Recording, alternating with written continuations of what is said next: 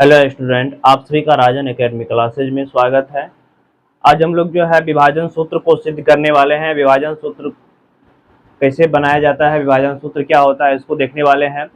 और ये class 10th का चैप्टर 7 गणित का कोऑर्डिनेट ज्योमेट्री है, जिसका नाम है निर्देशांक ज्यामिति। चलिए इसमें देखते हैं कि विभाजन सूत्र होता है क्या। विभाजन सूत्र क्या होता है कि विभाजन सूत्र होता है यदि किसी दो बिंदु को मिलाने वाले रेखाखंड को किसी बिंदु पे अगर वह काटता है या किसी बिंदु काटता है, उसी जिस अनुपात में काटता है उसी को क्या बोलते हैं, विभाजन सूत्र बोलते हैं। जैसे कि मान लेते हैं एक बिंदु ए यहाँ पे है जिसका निर्देशांक कुछ भी हो, और एक बिंदु बी यहाँ पे है जिसका कुछ भी निर्देशांक हो। ठीक है, इस बिंदु इन रेखा को मिलाने इन दोनों बिंदु से मिलने वाले रेखाखंड ए बी को मान लेते हैं एक बिंदु पी है जिसका निर्देशांक x, y होगा, और इन बिंदु ए बी को क्या करते हैं m1 अनुपात m2 में जो विभाजित करते हैं, इसी को बोला जाता है विभाजन सूत्र। अब ये विभाजन सूत्र जो होता है दो प्रकार के होता है, एक होता है आंतरिक रूप से विभाजन, एक होता है बाह्य रूप से विभाजन।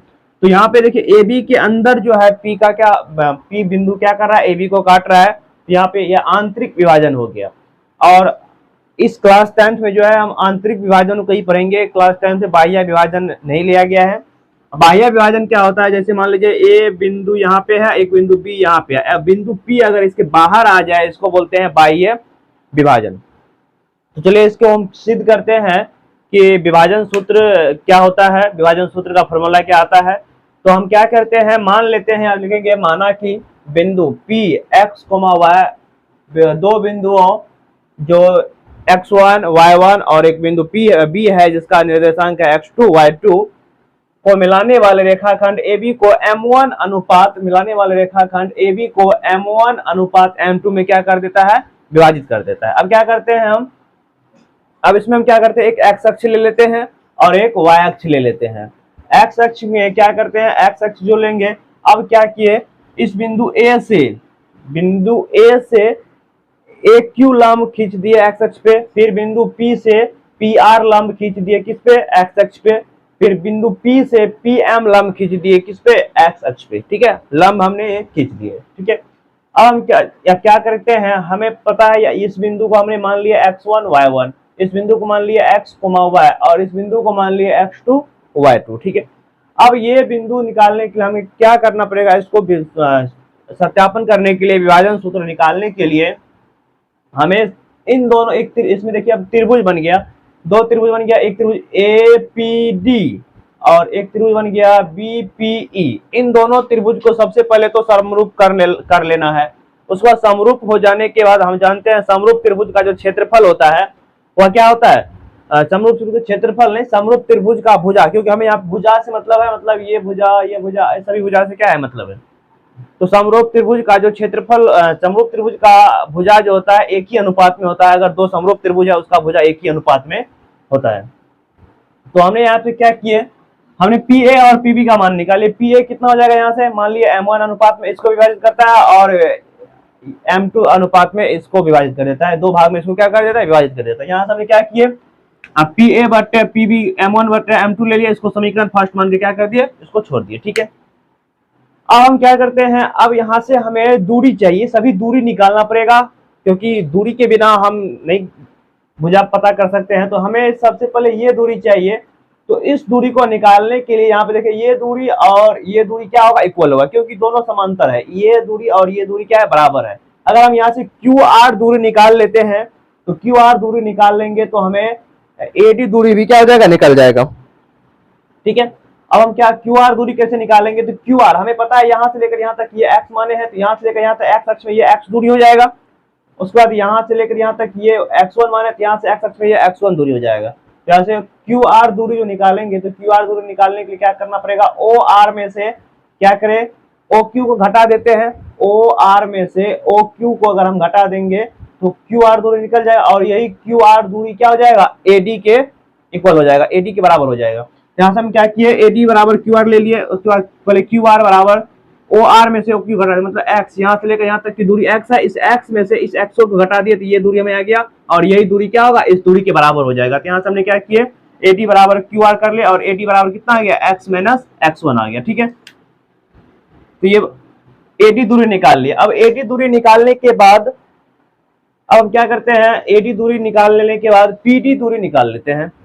तो पीडी दूरी निकालेंगे तो पीडी दूरी कैसे निकाला जाएगा, तो पीडी, तो पीडी निकालने के लिए हमें पूरा पी आर में से इस डी आर दूरी को घटाना पड़ेगा, तभी ना भुजा सब तीनों भुजा निकाल लेंगे, तब तो त्रिभुज का भुजा एक ही अनुपात में बराबर करेंगे।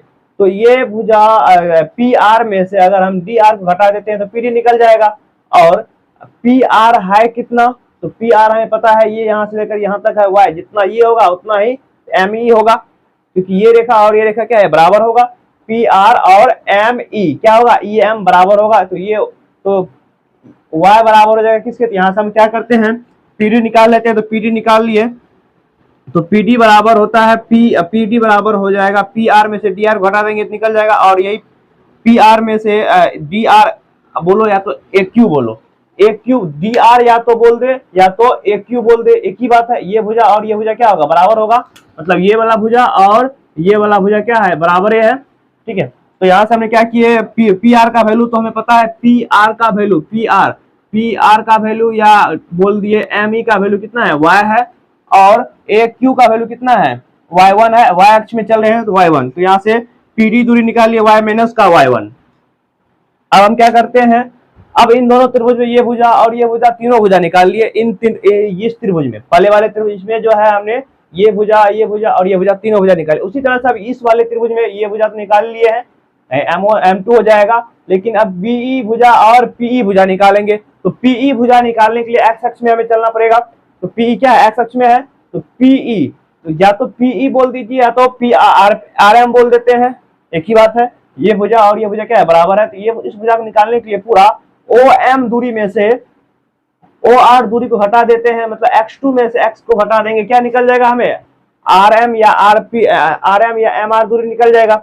और यही दूरी बराबर हो जाएगा किसके, पी ई के बराबर हो जाएगा, क्योंकि यहाँ से लेकर यहाँ तक जितना दूरी है तो यहाँ से लेकर यहाँ तक भी क्या होगा, उतना ही दूरी होगा। तो हम यहाँ पे क्या किए, पी बराबर आर एम बराबर कर दिए O M minus O R. O M का मान कितना था x2 और ओ आर का वैल्यू कितना x है। यहाँ से क्या किए, निकाल लिए पीई का वैल्यू भी हमने क्या किए, पीई का भी वैल्यू निकाल लिए x2 माइनस x1।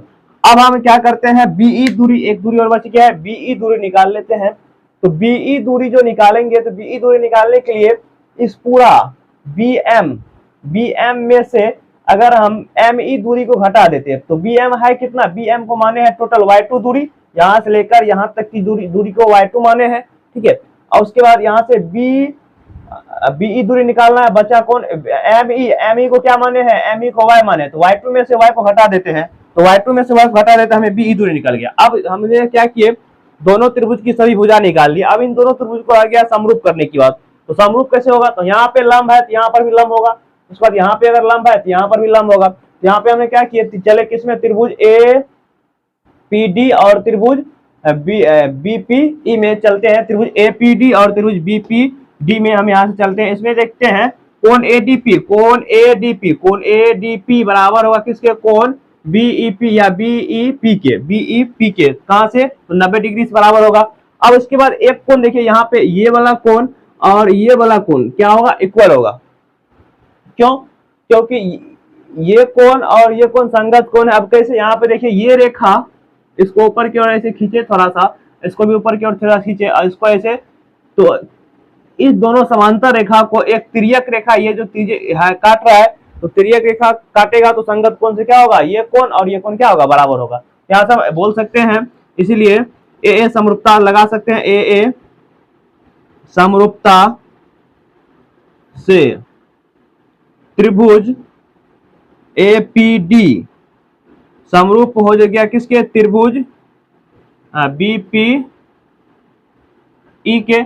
अब जब त्रिभुज जब समरूप हो गया है, तो त्रिभुज समरूप हो गया तो उसका भुजा भी क्या होगा, एक ही अनुपात में हो सकता है, होगा। तो यहां से बोलते हैं इसे ए, तो ए पी बट या ए, हाँ पी ए बोले हैं, यहाँ पे पी ए लिखे हैं, P A but P B बराबर होगा किसके, इस भुजा का ये, इस त्रिभुज का ये भुजा और इस त्रिभुज का इस भुजा का अनुपात के। तो A D but B P E बराबर होगा किसके, पी डी बट्टे बीई के। मतलब ये भुजा इस भुजा का अनुपात में कर दिए, इस भुजा को इस भुजा के अनुपात में कर दिए, उसके बाद इस भुजा को इस भुजा के अनुपात में कर दिए। ये वाला भुजा इस भुजा का अनुपात हो गया, ये वाला भुजा इस भुजा का अनुपात हो गया, और ये वाला भुजा जो है इस भुजा के अनुपात हो गया। अब भुजा अनुपात, अब हमें क्या करते हैं, सभी भुजा का जो है हम मान निकाल चुके हैं पहले से, तो इस पे हम क्या करते हैं, मान यहां से रख देते हैं। अब हम क्या करेंगे, यहां से हम मान को रख दे रहे हैं, तो मान ए इसका तो m1 बट्टे m2 बराबर, उसके बाद इसका AD बटे P, AD का वैल्यू हम यहाँ पे पहले से निकाल चुके हैं, x माइनस x1 बट उसके बाद फिर PE का भी वैल्यू हमने निकाल चुके हैं, PE का वैल्यू x2 माइनस x1, ठीक है, PE का भी वैल्यू हमने निकाल चुके हैं पहले से। अब यहाँ से फिर PD का हमें वैल्यू निकाले हैं, PD का वैल्यू y माइनस का y1 हो जाएगा, y माइनस का y1 बट BE है, तो BE का वैल्यू है जो हमने निकाल चुके हैं y2 माइनस y1, तो y2 माइनस y1। अब हम क्या करेंगे, यहां से एक बार इसके इक्वल ये ले लेते हैं, इसके इक्वल ये लेते हैं, तो यहां से हमें क्योंकि यहाँ पे x अक्ष का और y अक्ष का निर्देशांक निकालना है, तो इसीलिए इसके बराबर ये ले लेते हैं पहले। तो यहाँ से एक बार हम ले लेते हैं m1 बट m2 बराबर x minus x1 but x2 minus x1। अब इसको क्या करते हैं, क्रॉस मल्टीप्लिकेशन, गुना कर देते हैं, तो ये हो जाएगा m1 x2 minus m1 x1 बराबर, उसके बाद m2 x,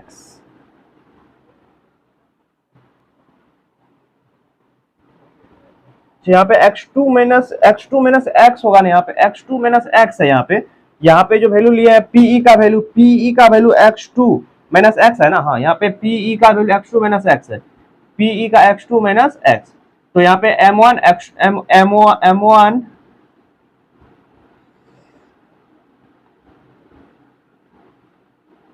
क्रॉस मल्टीप्लिकेशन गुना करते हैं, m1 x2 m1 x आ गया, ठीक है। अब इसको गुना करते हैं, तो m2 x minus m2 x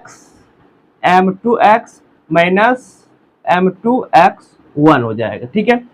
अब हम क्या करेंगे, x अक्ष, क्योंकि हमें यहाँ पे x अक्ष का निर्देशांक निकालना है, तो x वाले को एक तरफ करेंगे और x1 वाले को एक तरफ कर लेंगे।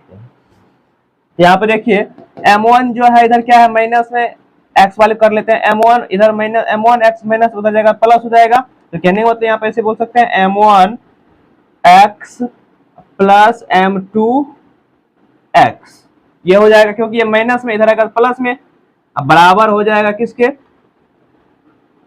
इसको हम उधर कर दिए हैं, इसको इधर ले आएंगे, तो ये हो जाएगा m1 x2 plus m2 x1, ठीक है। अब यहां से देखिए x इस यहां पर भी है, यहां पर भी है, तो x कॉमन ले लेते हैं, तो x कॉमन ले लेंगे तो बचेगा m1 प्लस m2 बराबर m1 x2 plus m2 x1, ये बचा। अब यहाँ से x का वैल्यू जो निकालेंगे, तो ये गुना में है, इधर आएगा तो क्या बन जाएगा, भाग में हो जाएगा, तो यहाँ से m1 x2 plus m2 x1 बट्टे हो जाएगा m1 प्लस m2। यहाँ से हमने क्या किया, x का जो है निर्देशांक हमने निकाल लिए, यहाँ से x का निर्देशांक क्या हो जाएगा, m1 x2 plus m2 x1, उसके बाद m1 प्लस m2 हो जाएगा।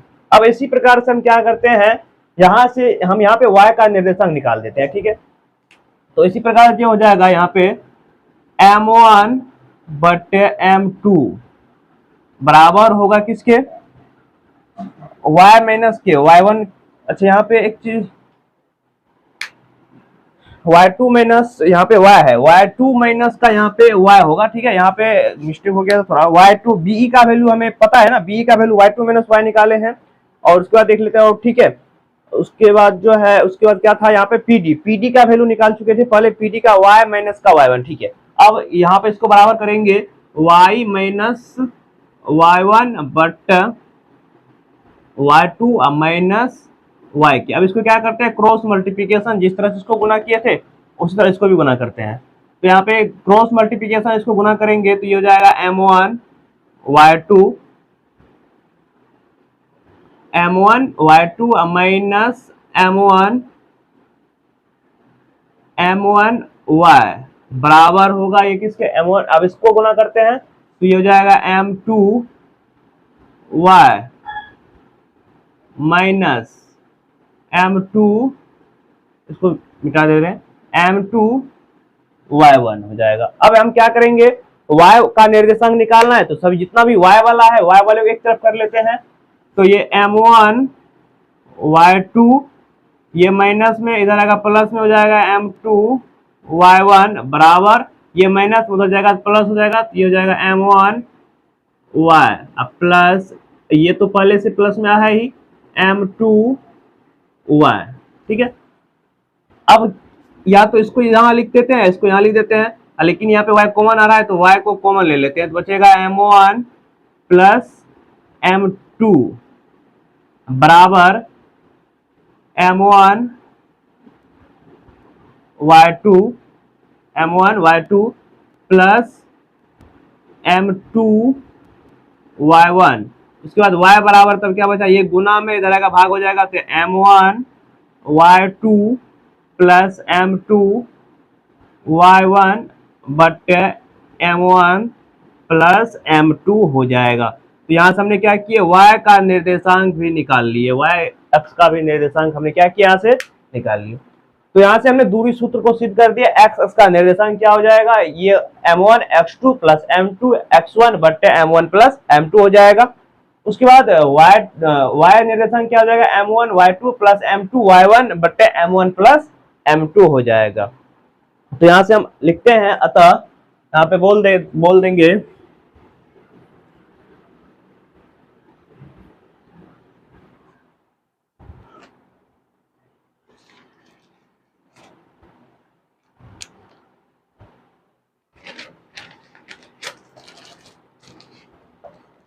लिखेंगे, अतः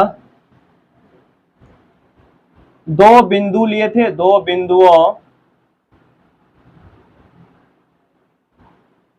A जिसका निर्देशांक x1 y1 और B जिसका निर्देशांक x2 y2 को जोड़ने वाले रेखाखंड AB को m1 अनुपात m2 के अनुपात में आंतरिक रूप से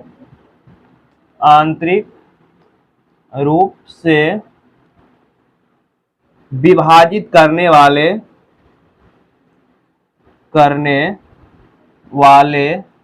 बिंदु जो है क्या हो जाएगा, विभाजित करने वाला बिंदु जो हो जाएगा, ये क्या माने थे, बिंदु P, इसका x, y, तो ये हो जाएगा P, यहाँ पे ऐसे लिख देते हैं, हो जाएगा P इंटू x। x क्या आया था, m1 x2 plus m2 x1 but m1 plus m2 उसके बाद कॉमा, फिर y का निर्देशांक m1 y2 plus m2 y1 but m1 plus m2 हो जाएगा। इसे क्या कहते हैं, इसे ही विभाजन सूत्र कहते हैं, इसे ही विभाजन सूत्र कहते हैं। तो यहाँ पे हमने क्या किया, विभाजन सूत्र को प्रूव कर लिए हैं। यदि आप लोगों को वीडियो अच्छा लगा हो तो वीडियो को लाइक एंड सब्सक्राइब कीजिएगा। धन्यवाद।